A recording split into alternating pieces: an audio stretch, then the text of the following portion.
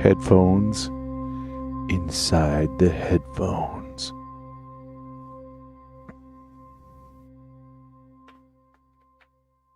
Shouldn't they be called earphones? Brain phones.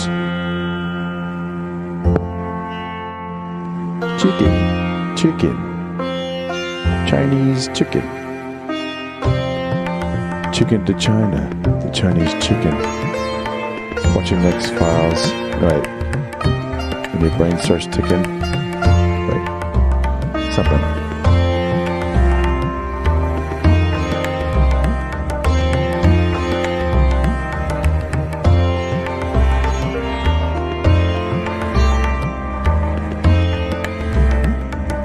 Cello. Asshead. Hello.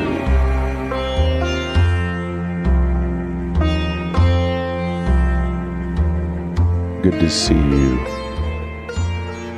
Asshead. Yellow. Bring the sound down.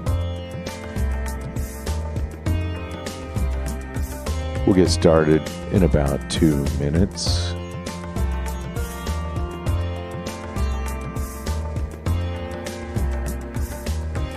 You know, got a fun one for you tonight, I think. A deep, heavy one.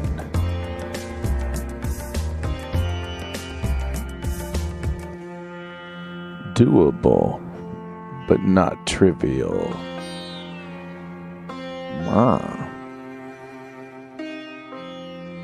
About 1 minute and 20 seconds.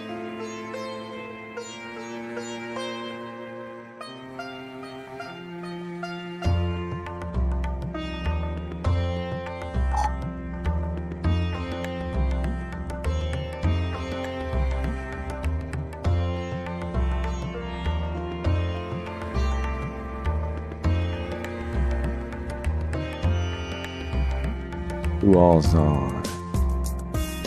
Got some good channels on. So many good channels on the Foxhole.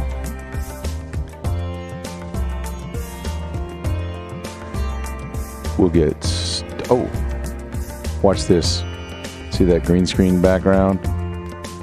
Boom. Better. See that?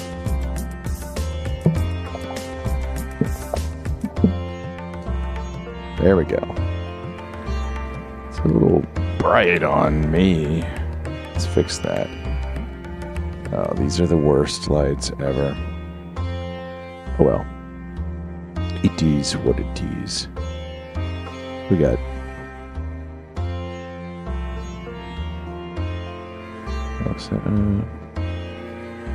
And then here we go.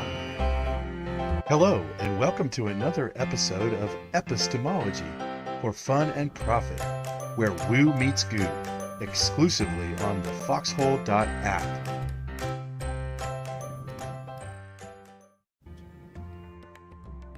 Hello, I am your host, G. Ross.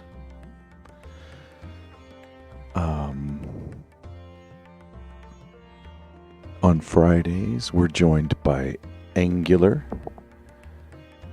in the Bread Pill Weekly.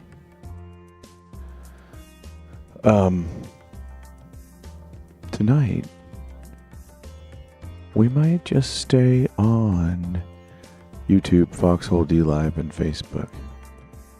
We'll see how the mood goes. If it gets real dicey, we'll ban YouTube. So this is Epistemology for Fun and Profit, where woo meets goo. You're in the woo, and the woo is in you. What we do on Epistemology show, Sunday nights, 11:30 Central,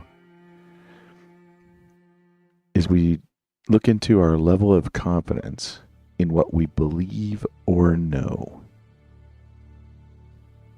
Covered non-dualism, interviewed our cloaked unseen world, discussed Immanuel Kant, copyright law, interviewed Enrique Alvarado, went over 32 Bruces. Looked at Paradise Syndrome, Random Numbers, St. Christopher the Dog Man, Dune, Mary Poppins, Nutcracker, The Circus, Alice in Wonderland, some amount of Toms. Then we had episode 16. That was kind of a chill zone because we had just got back from vacation. And then last week became the 2.5 hour surprise call-in guest, Black Yoda. Now, we had begun a good 10, 15, 20 minutes at the point of that call-in. We had begun discussing Donald Hoffman. We're going to start over. We're going to do the Donald Hoffman discussion from the top. I don't remember exactly how I said everything. I got through about a page of my notes. We're going to do it again. All right. Getting some weird phasing. Oh well. So, this may be, it's looking possibly like this is currently Appshead and G. Ross on our own. That's okay. That's good. Donald Hoffman. Let me bring up his YouTube.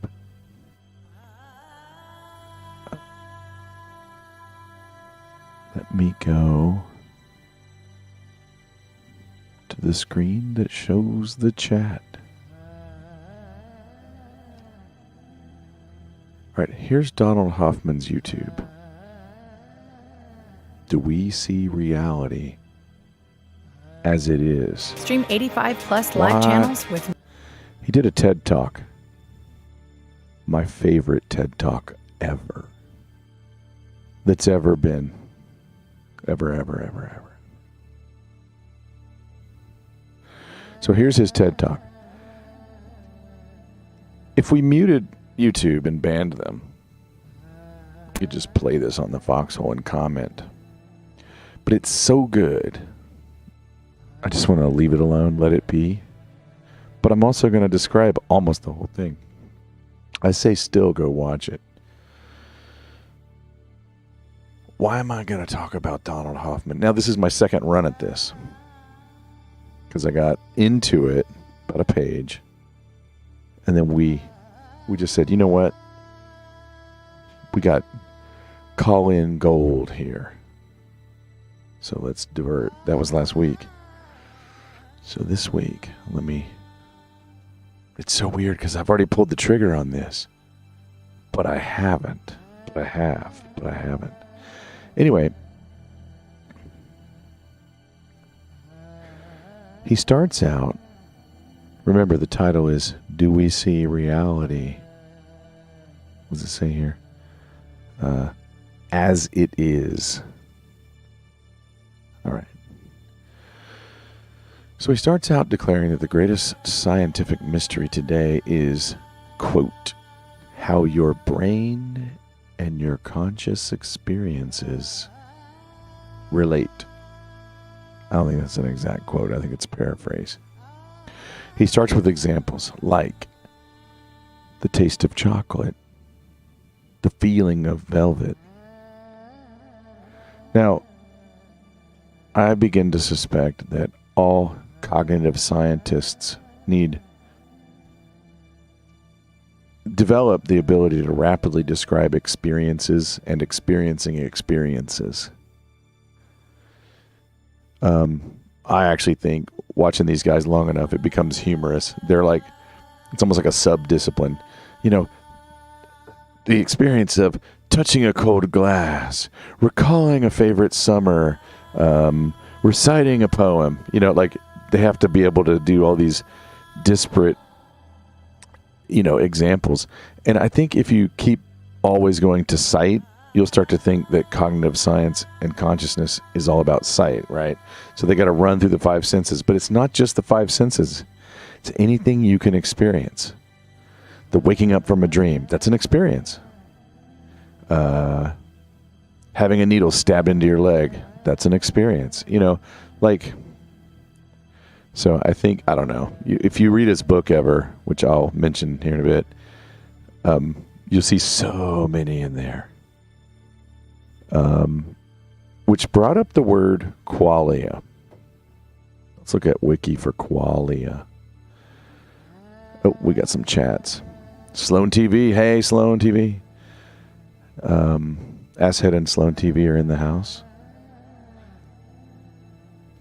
Good deal. Good deal. If you kind of just walked in, we're talking about Donald Hoffman. He kind of maybe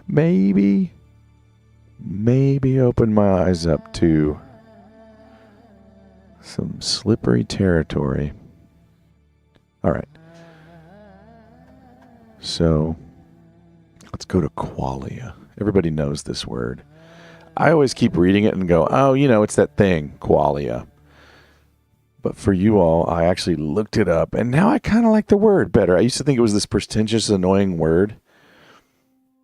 Qualia, which is multiple quales, is defined as individual instances of. So if you have some qualia, you have a group of subjective conscious experience. So instance of subjective conscious experience is a quale. So it's subjective, and it's an instance of a conscious experience. So is it 5 seconds long? Is it a minute long? What is it? If you sing a song publicly, is that one experience? Or is singing the chorus an experience? Or is singing one line an experience? Or is locking that eye with that one person on that one word and they get the meaning and you can see it? Is that an experience? Or is it an experience inside of an experience? These cognitive scientists, they have a tough challenge. Anyway, so that's qualia. I will try not to say that word too many times. All right, so Donald Hoffman. Oh, and you know what? I should probably put this link in the chat just as a courtesy. Got to put it in two places. Restream and the Foxhole. Okay. So he declares that the greatest scientific mystery today is how your brain and your conscious experience, your qualia, relate. Brain and qualia, how do they touch each other? So 1868, he tells us, Thomas Huxley wrote, "How it is that anything so remarkable as a state of consciousness comes about as the result of irritating nervous tissue is just as unaccountable as the appearance of the genie when Aladdin rubbed his lamp." So in other words, he's saying in 1868 that how mind comes from matter, twitching your nerves, irritating nervous tissue. So he's saying that the mind comes out of the brain, like emerges from the brain, or that the brain somehow doing something to the brain, this is his words, right? Makes mind or consciousness come about magically, like genie when Aladdin rubbed his lamp. I'll remind you that Jean-Paul Sartre said that's called the illusion of immanence. They've tried to bury this. Nobody cares about this, but that is an assumption. So Jean-Paul Sartre called it the illusion of immanence. You don't know that your mind comes from your brain. It seems like it. All kind of science says it's true. But, as creepy as Jean-Paul Sartre was, he's one of the most intellectually honest persons I've remember coming across about that question. So anyway, but it does seem reasonable to suspect a correlation. And I'm not big into cognitive science, but this is now in its third generation. Donald Hoffman is a fringy pro at third gen CogSci, and he says it's a tough problem. He says since 1868, when Thomas Huxley wrote that, we have made no progress. Or, that's a little harsh, the question still remains. Then Donald Hoffman goes in to say, some speculate that we just can't pose the problem right. We're not smart enough. It'd be like chimpanzees trying to do quantum mechanics. I'm paraphrasing, but that's kind of where he goes. He says, some people say that. Let me pause and check the chat windows. Good. Everybody's maybe already asleep, by my droning on about third gen cogsci. Then that's good, right? Let's use that it's a good purpose for the show. Okay, so he says he has another idea. He thinks we're stuck in a false assumption that's messing us up. And he asks, do we see reality as it is? So then he uses a qualia, or a quale, an example of, he says, a red tomato a meter away, and he pulls up slides and shows you them. And the sight of it, and how if you close your eyes, the input turns to a field of gray, right? So if you pay attention to what your eyes see, all of a sudden the red tomato a foot away or a meter away turns into a field of gray. But you assume the tomato might still be there. Let me jump into my version of this problem. I really enjoy the other side of the tree. You can reach around and touch it, but you still don't know what it looks like. Let's say it's a really big tree and you can't put your arms all the way around it. You can't prove the other side of the tree exists. Well, you can get someone to stand over there. You could put a mirror over there. That just proves that the mirror exists and that the mirror can render to the back side of the tree. And your friend might be lying, right? So how do you know the other side of the tree's around? You're by yourself. Well, you walk around it, but you can never prove the back side of the tree, right? Kind of like, well, anyway, I'll stop there. Most people get really irritated. But if you're irritated by that question, then you're kind of irritated by the question of, how do your brain and conscious experiences correlate? I think that's a good question. It's a reasonable question. So then my notes say, right. So because Donald Hoffman, by this point in the talk, has said, let's not make an assumption. Like I'm kind of having listened to a lot of his talks and read his books and listened to a lot of people talk about him. I don't think he said it this way, but I'm saying, if you make an assumption, you might get into a dead end of how the brain and conscious experience relate. So open your gaze. Let's get rid of the assumptions. Why do we know that why do we think there's an assumption that may be holding us back? Because we've been stuck since 1868 or longer.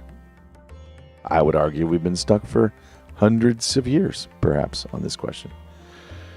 So then he goes into a sort of solipsistic George Cantor doubting of your own experience. Oh, we got a cookie. Let's play the cookie animation.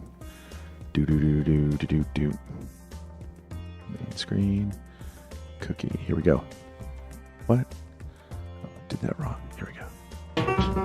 Looky, here comes Cookie, walking down the street. Looky, I call him Cookie, 'cause he's sweet.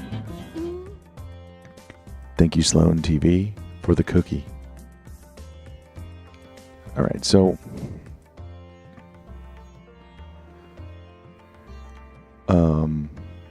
how do we know we're not hallucinating the whole thing?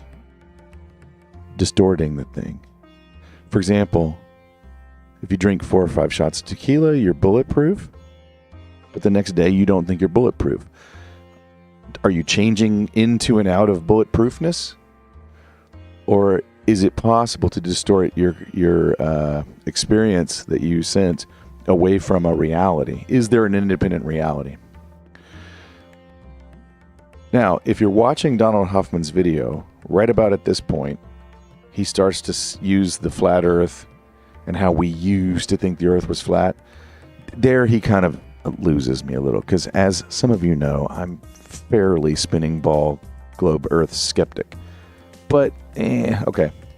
But then I'll go into, he says, Galileo said, and this is apparently a quote from Galileo, I think that tastes, odors, colors, and so on reside in consciousness. Hence, if the living creature were removed, all these qualities would be annihilated. Well, that's Galileo, our favorite, anti-Jesuit, I guess. I don't know what he was. Saying, if the tree falls in the forest and no one's there to hear it, did it make a sound, right? He's saying, tastes, odors, colors, and so on reside in the consciousness. If the living creature were removed, all these qualities would be annihilated. Now, quantum mechanics, everybody knows this, kind of legitimizes this. We know of Schrodinger's cat. He doesn't die or stay alive until we look to see if it died or stayed alive. It's very demonstrable in the lab. You see quantum mechanics effects on observations like LCD monitors, 3 linearly polarizing filters. There are real, actually quantum effects that pop up into the real world. Young's double slit, various shifts we see in various atomic spectra. So Hoffman then says, now I'm going to do an extensive quote here. Before I dig into that, let me just check the chats, see how we're doing. You got to kind of check on your room, right? Like if you just stare at the wall and go, blah, blah, blah, blah, blah, blah, blah, you kind of are like, well, I might just be talking to the wall. But I think we're still going strong here. All right. Cool. Back on. Whiskey Blue, hello. So Whiskey Blue, if you were here last week, you this is about where I was, and I started over because we got that long call from friend Black Yoda. Very glad he called in. That was a fun time. My wife listened to the whole thing, and she was like, that was a great show. That's her saying, Belushi. All right, Belushi, we're going into some weird territory tonight. Cookie animation. Let's play the cookie animation. I may have to get the short cookie animation. I do have one ready, but not tonight. Here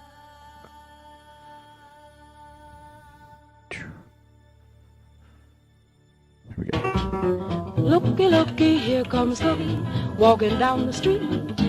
Looky, I call him Cookie, 'cause he's sweet. Okay, so it's pause. Oh, uh-oh.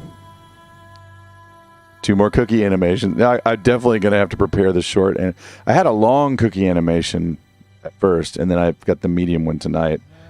We're going to have to get the short one ready for the future, but let's do it.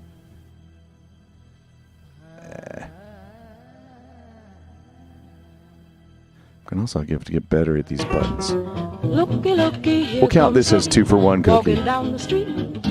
Looky, I call him Cookie, 'cause he's sweet. Thanks for those cookies. That was Sloan TV, Belushi, and Belushi. In case anybody walked in, we're doing Donald Hoffman. He's basically a non-dualist, and he's saying, do we see reality as it is? I gave about a 5-10 minute thing on why I'm going to give him this credence, but we'll just go from there. You can, questions are welcome. We also have, we put the gilded information last week, and it pretty much stopped the Donald Hoffman part of the show. That's okay. We can always do that again.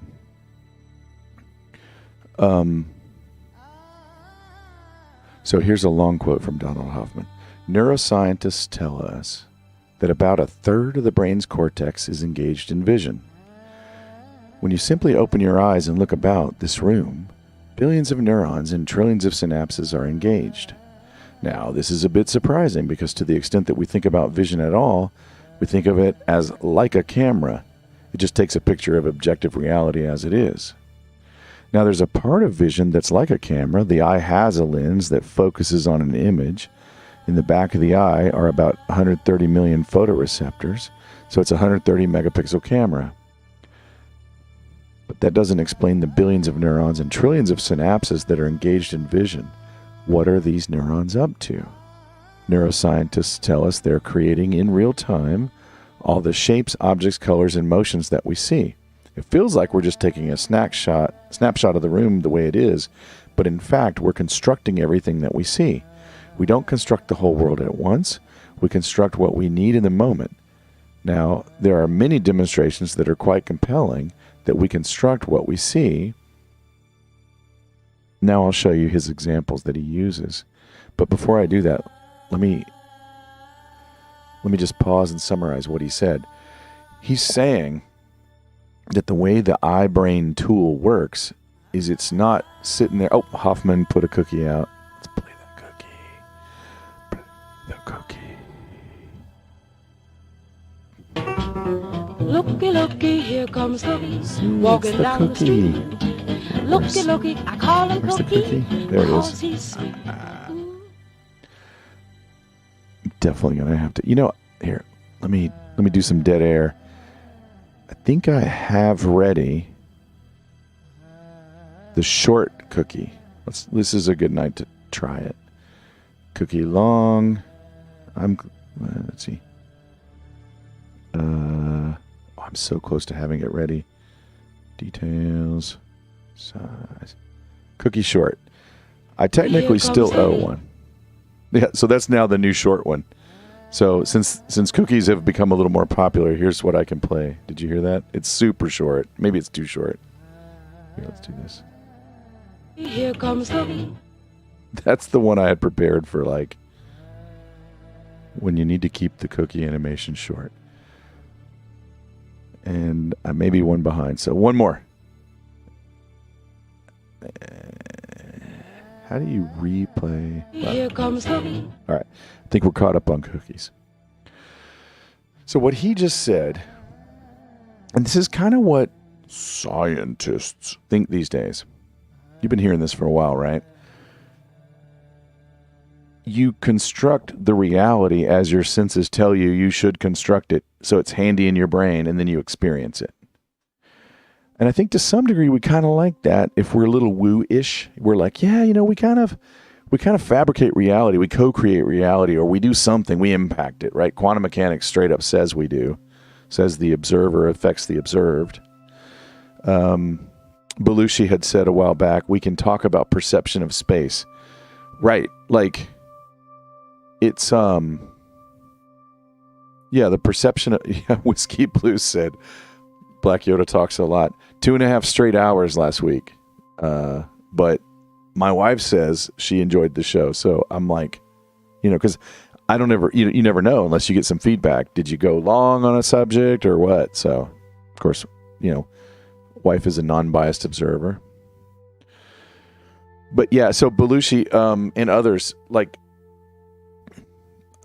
Donald Hoffman is trying to be rigorous, right? He studies out of UC Irvine, and he's definitely in academia and scienceology and all that stuff. And he's trying to be real rigorous and trying to create a good methodology to do his research. So he's being pretty methodical. And I like letting him take the reins a little bit, because where he lands with all that lab codology is some really interesting places. And I do get the sense that he's a little fringeized, so the man is kind of tolerating him, but skeptical, like got an eye on him, like, you might be seeing too much outside of our desired paradigm. I think, maybe. I don't think he's controlled opposition either, but you never know. So here at 452, he shows a little, let me go to 452. 452.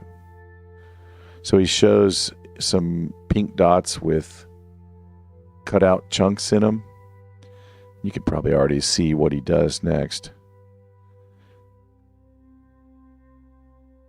So then he goes to, at 503, let me get there, 503, he straightens them out, so all of a sudden we see this cube.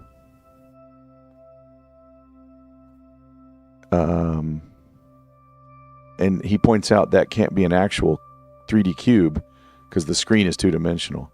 Now I'm going to play just a bit of 513. 513. Let's play a little bit here. So he's going to show a video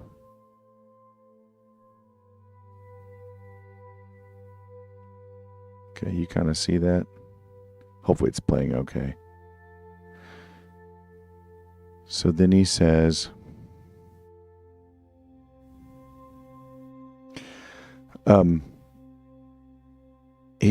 he sees glowing blue bars with sharp edges moving across, where in fact all he's doing is just changing the colors of the dots.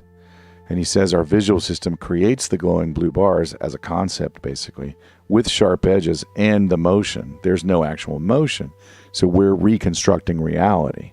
Now, I'll quote him, "When I have an experience that I describe as a red tomato, that experience is actually an accurate reconstruction of the properties of a real red tomato that would exist even if I weren't looking."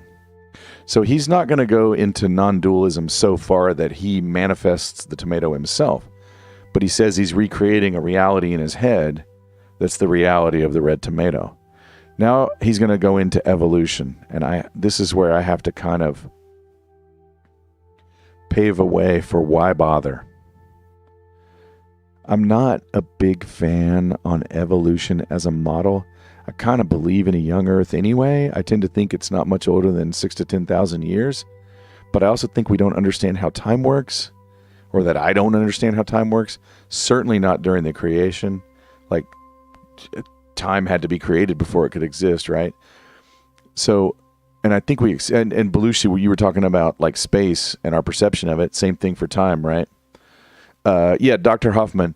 Very good point. Lots of libs are on TED Talks. I don't like most TED Talks. I like Isaac Watts. Is that his name?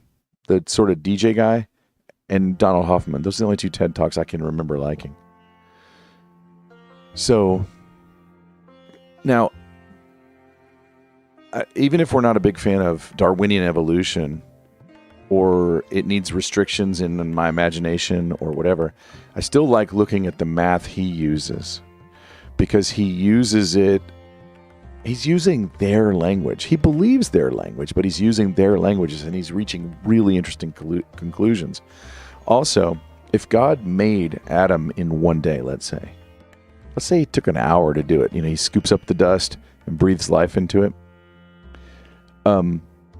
How do I know that if we look later, how do I not know, like if we look later at how that may have happened, we can fool ourselves and say, that looks awfully a lot like millions of years of monkeys doing monkeys and eventually turning into people, right? So, you know, and that's a slippery slope, and it's not a great place to think, but, you know, we can see backward into creation and how it might have been and see the math of it and not quite understand what we're seeing, but still use the math. So he uses evolutionary math. It turns out they've got some amazing evolutionary math. You know, a lot of times you'll see the kind of math that pops out of nature, like water flow, can show up in electronics, or things in mechanics can show up also in electronics, like a spring or an RC circuit. Nature does tend to seem to like to use the same math models here and there. So I'm pretty cool to just say, as annoyed as I am by evolution, I'm going to let him talk his evolution math, because he might be onto something. He just might be misunderstanding some of it, right? So, let's see. Like let's see. I took some notes about that. They're not so good. Let's see.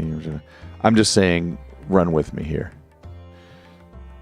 So then Hoffman says, not his view, but what is said these days. He says, a lot of people will say, quote, those of our ancestors who saw more accurately had a competitive advantage compared to those who saw less accurately, and therefore they were more likely to pass on their genes.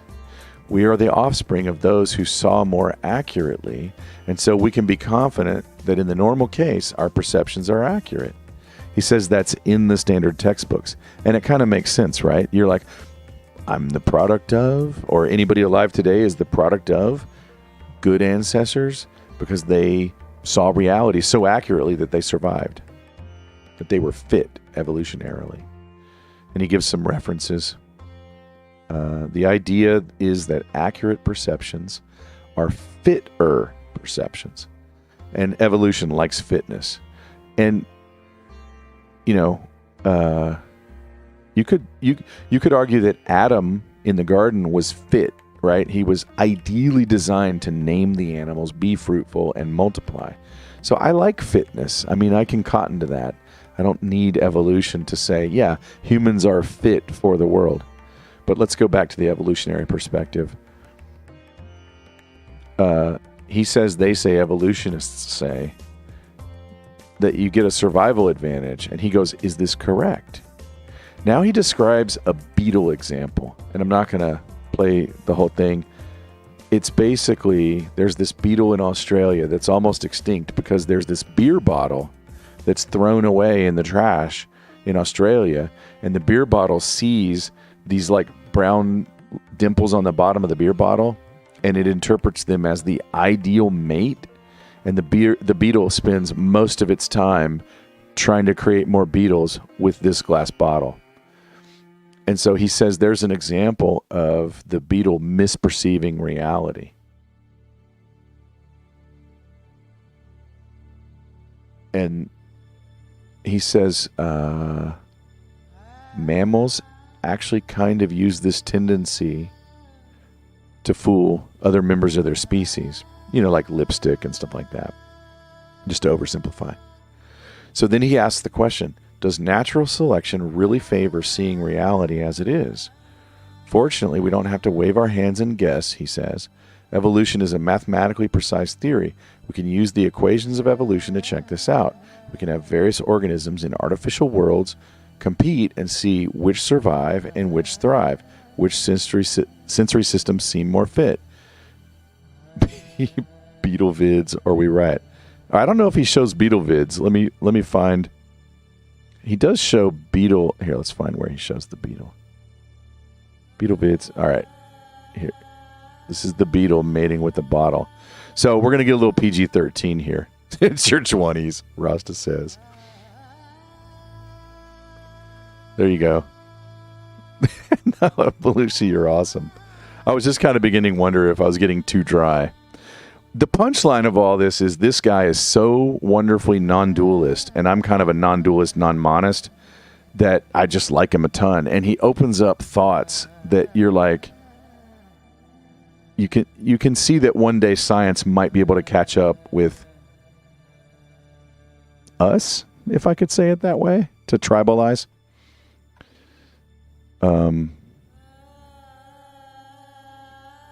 It sounds like my 20s. I'm still laughing about that. All right, so let me pause on the beetle picture. There we go. It's kind of graphic, right? A little graphic. It's kind of disturbing me a little. I'm still going to leave it on the screen, I guess, for a while. I'm going to look away at my notes. I don't have to see it. You all can see it. I do this on one monitor. I probably should get another monitor.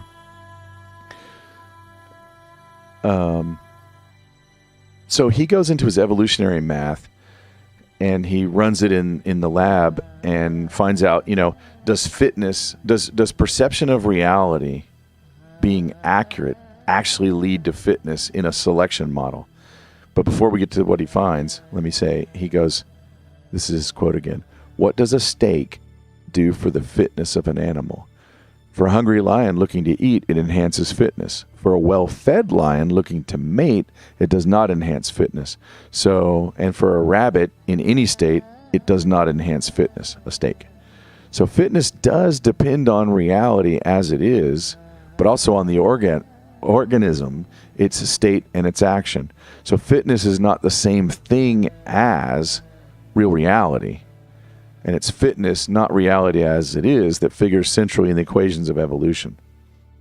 So he does his evolutionary game sims in the lab with randomly chosen world scenarios and runs them and sees which various, you got organisms competing for resources.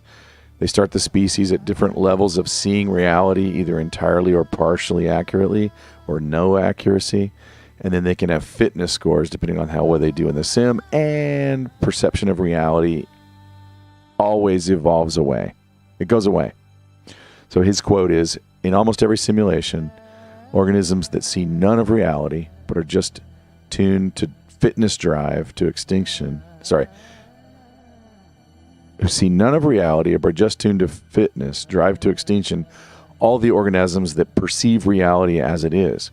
Evolution does not need to favor veridical or accurate perceptions.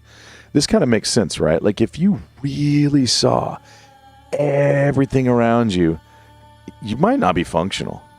Like that kind of makes sense to me. I know I said orgasm, organism. Yeah.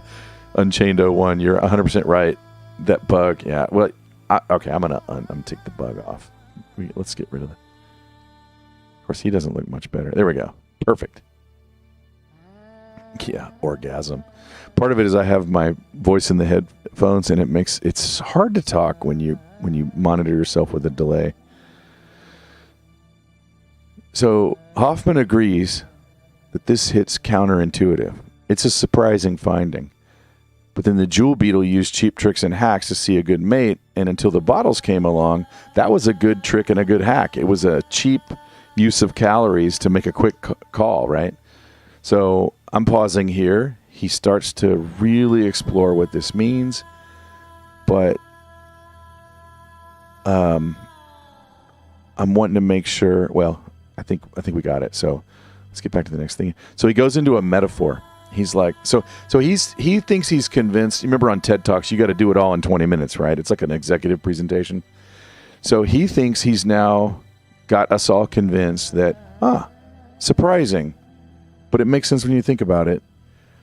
A successful species won't see reality as it is, will see things limited. Now he fills in that gap really quick with computer desktop interface as a metaphor. Oh, here's another picture of the beetle. There's kind of an odd angle of beetle. So now let me go into the desktop metaphor thing, see where he's got it. Oh, here's some other... There's a moose trying to do a statue, I guess. Here's some of his evolution math. There's the steak he talked about. And the lion.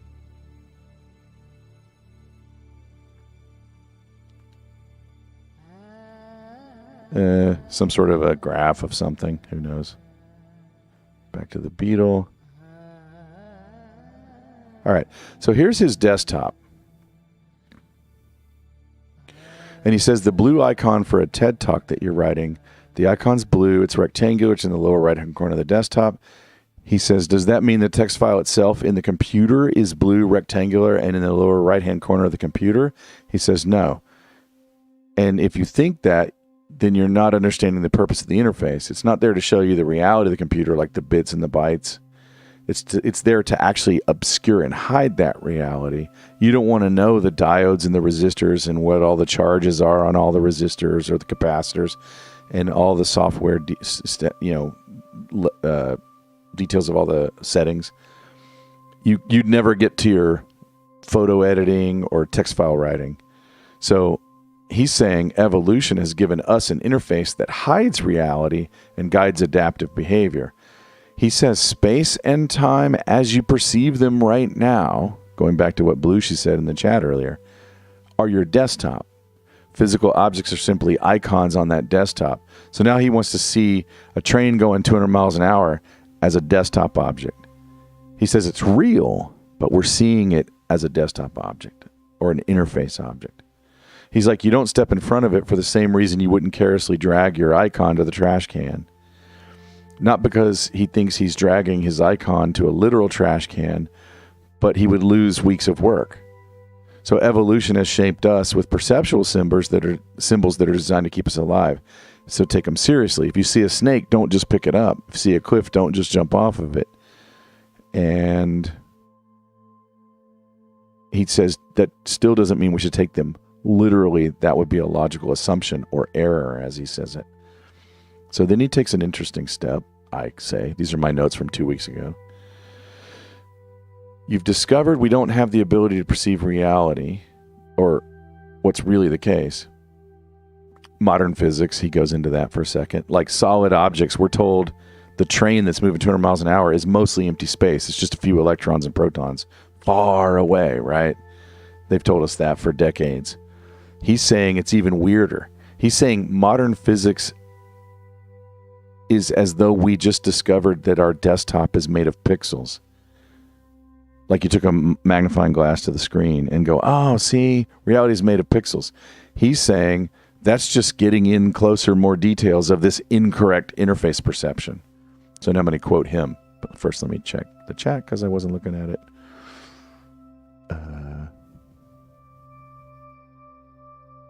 Oh, man, there was a lot of chat and I got way behind. Hey, Black Yoda. So why do most animals, including humans, have DNA inherit natural abilities that don't require instruction? Well, exactly. I think he would say we get our interface from that inner knowledge. Like we go, oh, I have snake object in my brain because I had enough data to come in to say snake is there. Subconscious is strong. Trust it. Asshead, absolutely. Especially, so asshead, if I read the Bible, my subconscious gets more accurate, right? And I can trust it more. Is that fair? DNA evolution is learned behavior baked in. Unchained 01, right? On purpose, I do that. It's in the computer. Laughing. Just a theory like most science. Unchained 01, I believe your thoughts can upgrade your DNA. Black Yoda, I'm on board with that. Rasta should be sleeping. Let's do the responsible thing. Rasta, if you need to sleep, then Black Yoda wants to interface with this conversation. Reality is multidimensional, and it's made of atoms. I agree with all of that.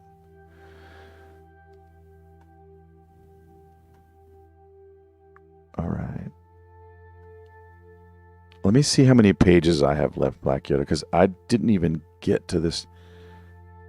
Let me zoom through. Truth equals DNA upgrade. I like that. All right, let me try to move a little faster through some of these things. Where was I?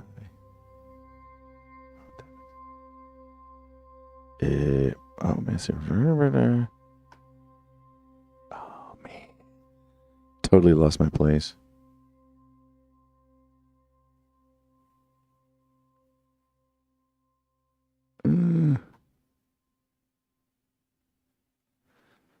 Space, time, and objects, species specific.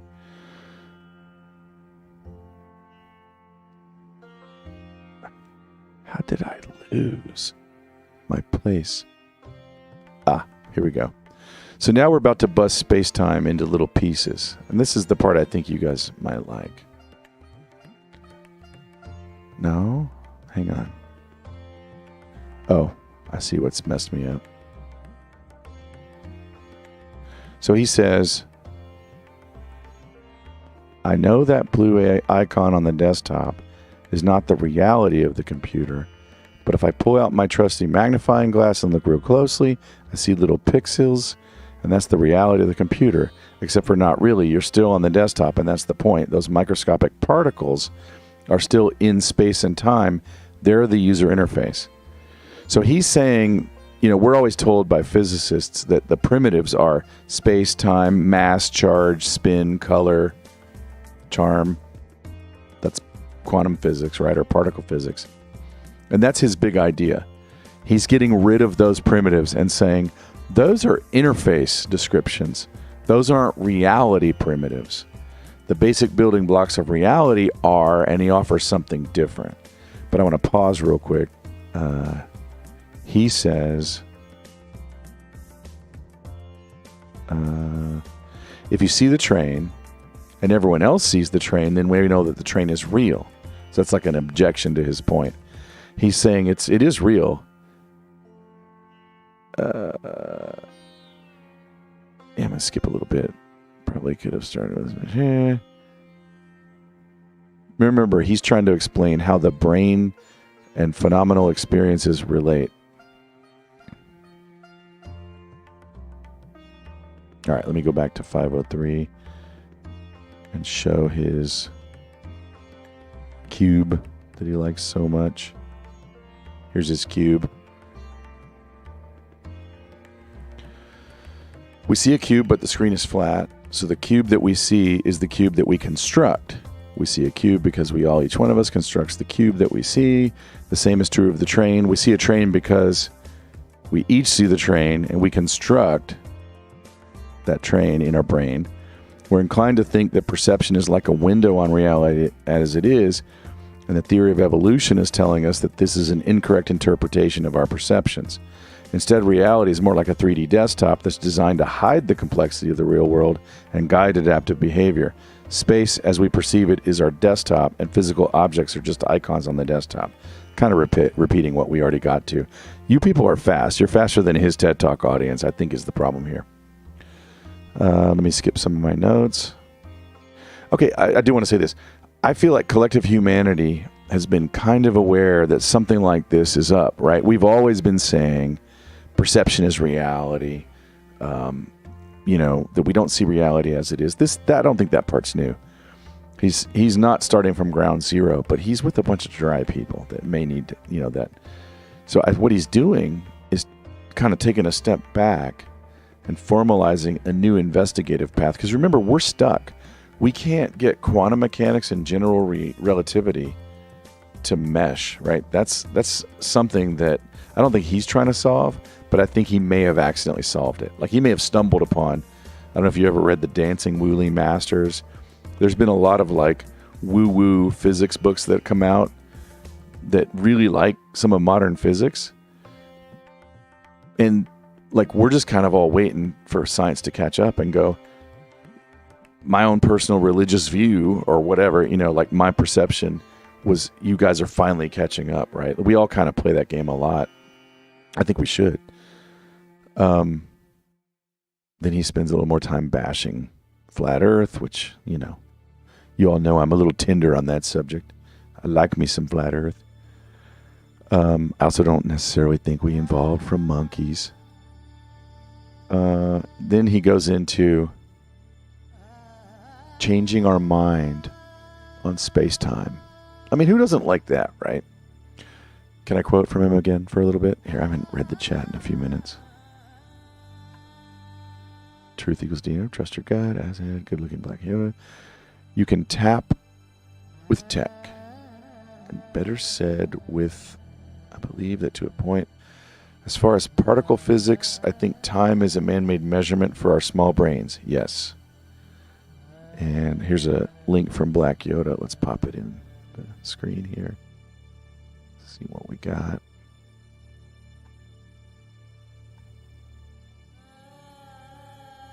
Where did God come from?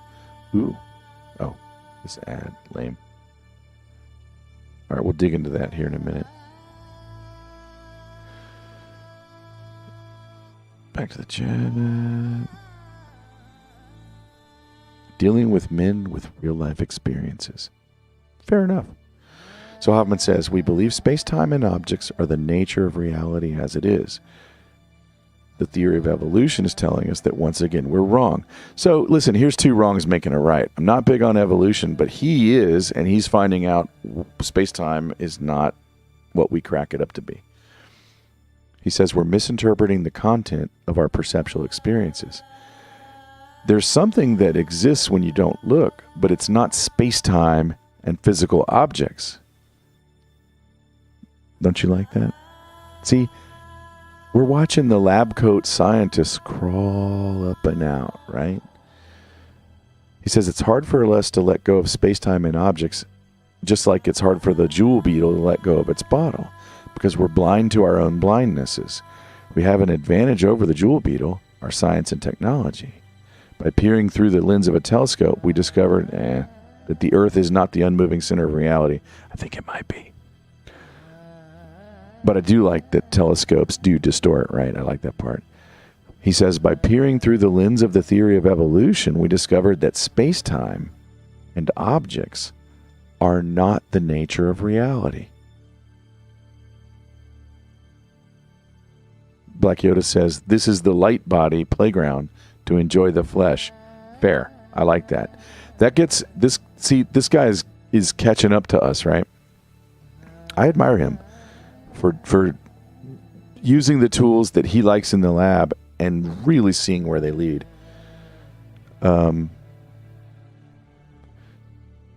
So when he says, when I have a perceptual experience that I describe as a red tomato, I'm interacting with reality, but that reality is not a red tomato and is nothing like a red tomato.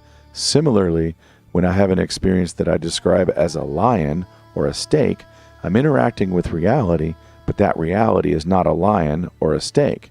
And here's the kicker. When I have a perceptual experience that I describe as a brain or neurons, I'm interacting with reality, but that reality is not a brain or neurons and is nothing like a brain or neurons.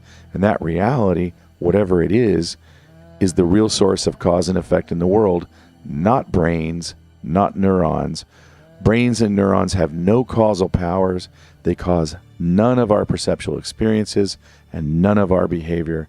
Brains and neurons are a species-specific set of symbols, a hack. He's throwing it all out. So in the middle of a TED Talk, 2/3 of the way through, he says neuroscience is an interface, a hack. Fair? I mean, that's a pretty bold move at a TED Talk, I think. This is what year was this? Black Yoda says, looking to bridge the gap, flesh to soul. Amen, brother. So this is from 2015, so that's about 7 years ago. I think he's found the hard problem of consciousness, that they call it, that we've had a very subtle assumption smuggled in. And I'm glad he's exposing it. He says, perhaps reality is some vast machine that causes our conscious experiences, like a matrix, I guess. He says, I doubt this, but it's worth exploring. He says, perhaps reality is some vast, let me pause here, let me read slowly.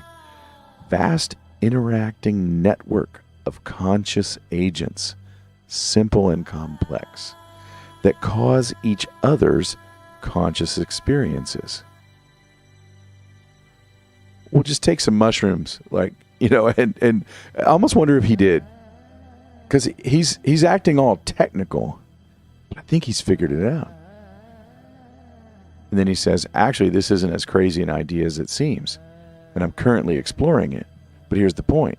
Once we let go of our massively intuitive but massively false assumption about the nature of reality, it opens up new ways to think about life's greatest mystery. Still quoting, I bet that reality will end up turning out to be more fascinating and unexpected than we've ever imagined. The theory of evolution presents us with the ultimate dare. Dare to recognize that perception is not about seeing truth, it's about having kids. And by the way, even this TED is just in your head. I think that's kind of the end, and there's a Q&A. So there's more about Donald Hoffman. He's got books and other stuff. But let me just kind of tell you, what he formalizes is some really good lab math ways to explore conscious agent networks. So the primitives aren't electrons, photons. They're conscious agents. So it's consciousness with agency, and they network together so they can touch each other. So you could imagine, and he allows for this. He's not a big fan of like a monotheistic God, but his model allows you to explore that. Or that we're all God to each other, also allows for that. Full-on non-dualism, like just straight monism or pantheism. So anyway, I think I've probably gotten far enough along. Let me pop, if there's still interest.